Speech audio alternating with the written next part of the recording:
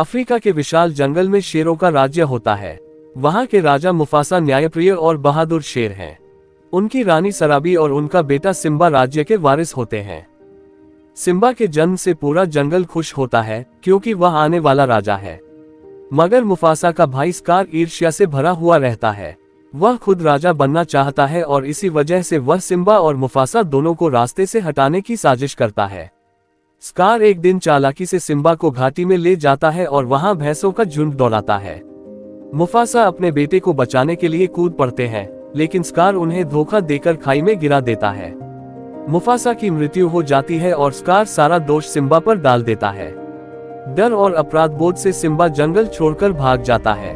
भागते हुए उसकी मुलाकात तिमोन नामक नेवले और पुम्बा नामक जंगली सुअर से होती है।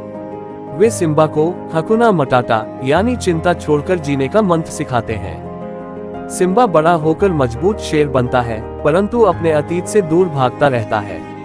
एक दिन सिम्बा की मुलाकात अपनी बचपन की दोस्त नाला से होती है।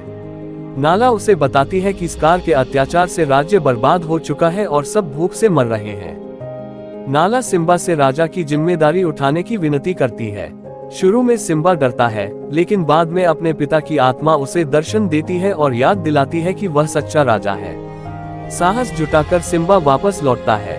वहां उसका सामना स्कार से होता है। युद्ध में सच्चाई सामने आती है कि स्कार ने ही मुफासा की हत्या की थी। गुस्से से भरे जानवर सिम्बा का साथ देते हैं। अंत में सिम्बा स्कार को हराकर जंगल का सच्चा राजा बनता है। राजगद्दी पर बैठकर सिम्बा न्याय और प्रेम से राज्य चलाता है। जंगल में फिर से शांति और समृद्धि लौट आती है। यह मूवी का नाम द लायन किंग है। आप ऐसे ही मूवी का फुल स्टोरी देखना चाहते हैं तो फिर हमारे चैनल को सब्सक्राइब करें और हमारे चैनल पर जाकर देखें।